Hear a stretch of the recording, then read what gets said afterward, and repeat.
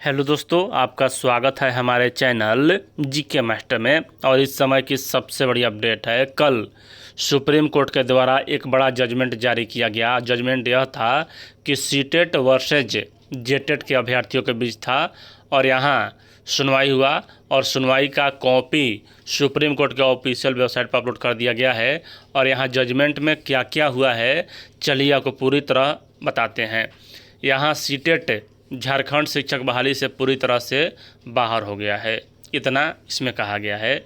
और दूसरा पॉइंट कहा गया है कि बीच खेल में नियम नहीं बदला जा सकता है।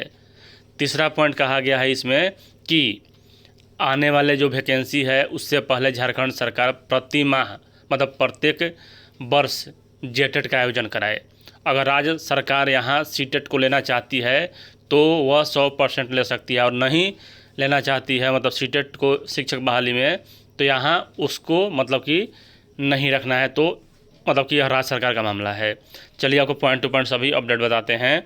और यहाँ देख सकते हैं सुप्रीम कोर्ट ऑफ इंडिया, और यहाँ जो जजमेंट आया है, चलिए आपको हिंदी में समझाते हैं। देखिए यहाँ से पॉइंट नंबर शुरू होता है कि अब आरटीई अधिनियम की धारा 23(2) पर वापस आते हैं, जिसके अनुसार न्यूनतम योग्यता में छूट देने की शक्ति केंद्र सरकार द्वारा प्रयोग की जा सकती है यदि राज्य सरकार में शिक्षा में पाठ्यक्रम या प्रशिक्षण प्रदान करने वाले पर्याप्त संस्थान नहीं है, या धारा 23 की उपधारा 1 के तहत न्यूनतम योग्यता रखने वाले पर्याप्त संख्या में नहीं है, तो यहाँ सीटेट वाले अभ्यर्थी भाग ले सकते हैं। यहाँ ही कहा जा रहा है कि अगर राज्य सरकार के पास बीटेट यानी कि TRE 4 के पहले बीटेट, बिहार में बीटेट होता है, यूपी में यूपी टेट होता है, उसी प्रकार झारखंड में जेटेट होता है, तो अगर यहाँ राज्य स्तरीय कोई TET का आयोजन नहीं किया जाता है तो वहाँ केंद्र सरकार का जो सीटेट है वह लागू होगा,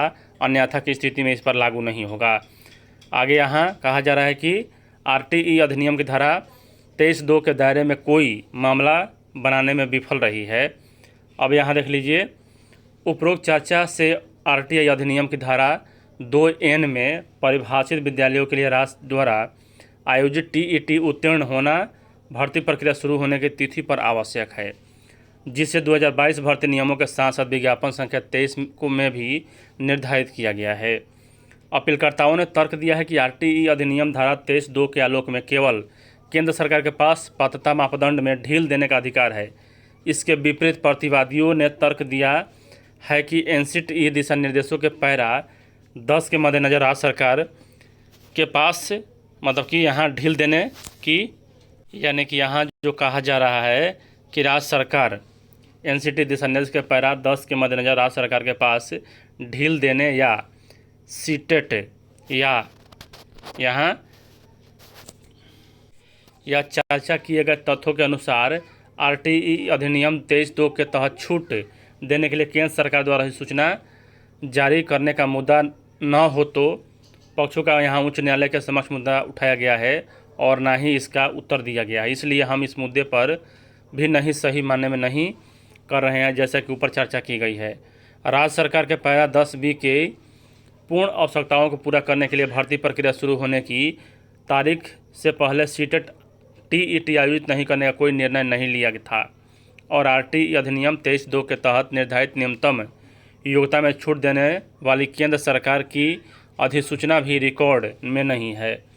ऊपर दी गई सामग्री के अनुसार यह निष्कर्ष निकालना पर्याप्त है कि NCTE दिशा निर्देशों के पैरा 10, जिसमें प्रायोज्यता के रूप में संदर्भित किया गया है, का उल्लेख करते हुए एडवोकेट जनरल की रियायत जो चल रही भर्ती प्रक्रिया में पात्रता मापदंडों के बदलाव को प्रभावित करती है, को स्वीकार नहीं किया जा सकता है।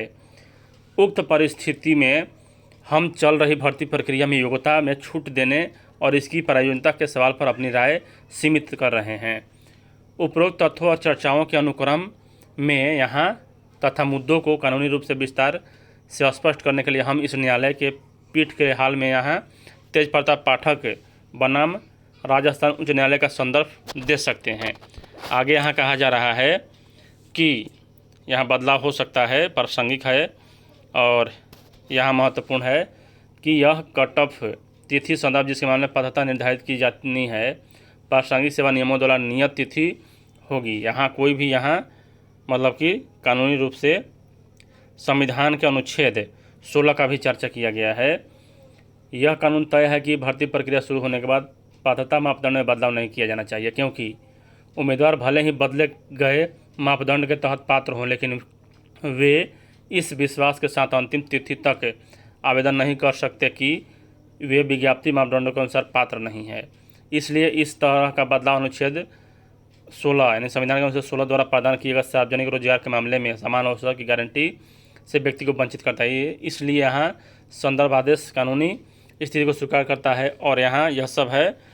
और कहा जा रहा है कि प्रक्रिया शुरू होने के बाद खेल के नियम नहीं बदले जा सकते। उसके बाद आगे कहा जा रहा है कि संविधान पीठ ने यह भी स्पष्ट किया है कि भर्ती प्रक्रिया विज्ञापन जारी होने की तिथि से शुरू होती है और अधिसूचित रिक्तियों को भरने के साथ ही समाप्त होती है। आगे यहाँ कहा जाए कि भर्ती की प्रक्रिया विज्ञापन जारी होने के साथ शुरू होती है और अधिसूचित रिक्तियों को भरने के बाद समाप्त होती है। इसमें विभिन्न चरण शामिल होते हैं, जैसे आवेदन आमंत्रण करना, आवेदनों की जांच करना, दोषपूर्ण आवेदनों को अस्वीकार करना, अयोग्य उम्मीदवारों को हटाना, सफल यहाँ उम्मीदवार तैयार करना है। काफ़ी विचार विमर्श के बाद संवैधानिक पीठ ने इस मामले को समाप्त किया। अतः हम इस संदर्भ का उत्तर निम्नलिखित शब्दों में देते हैं।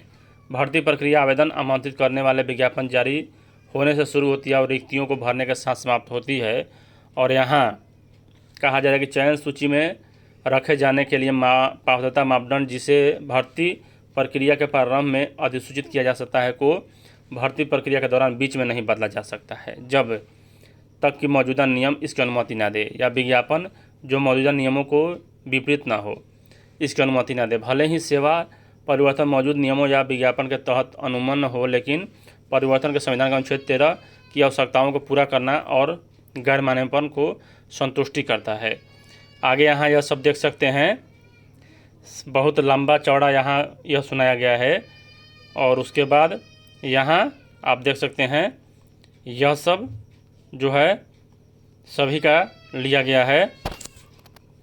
अब यहाँ है कि उपरोक्त चर्चाओं से हमारे विचार में यह स्पष्ट है कि उच्च न्यायालय द्वारा जारी दिशा निर्देश चल रही भर्ती प्रक्रिया में पात्रता मापदंड में बदलाव के बराबर है। इसके अलावा तथ्यों में महाधिवक्ता द्वारा दी गई रियायत राज्य सरकार के रुख के विपरीत थी, जो अविवेकपूर्ण, अनुचित और अनुचित है। हम इस पर विचार करने के इच्छुक नहीं हैं। और फाइनल डिसीजन यहाँ देखिए। जेटेड धारक जो 2024 के संशोधन से पहले 2022 भर्ती नियमों के तहत अपेक्षित योग्यता रखते थे और भाग लेते थे, वे नियुक्ति प्रक्रिया के लिए पात्र होंगे और उनका परिणाम तुरंत घोषित किया जाएगा और नियुक्तियां पूरी तरह से योग्यता के आधार पर की जाएगी। और यहाँ कहा जाए 2 में हम यह भी स्पष्ट करते हैं कि सीटेड धारक या एसटीटी धारक जिन्होंने उच्च न्यायालय के फैसले के बाद या नियमों या विज्ञापन में संशोधन के बाद आवेदन किया है, वे विज्ञापन संख्या 13/2023 के तहत भर्ती के लिए पात्र नहीं होंगे। यानी कि यहाँ हाई कोर्ट के फैसले के बाद फिर से फॉर्म भरे होंगे, वह इसमें पात्र नहीं होंगे। बाकी जो पहले भरे हैं वह पात्र होंगे।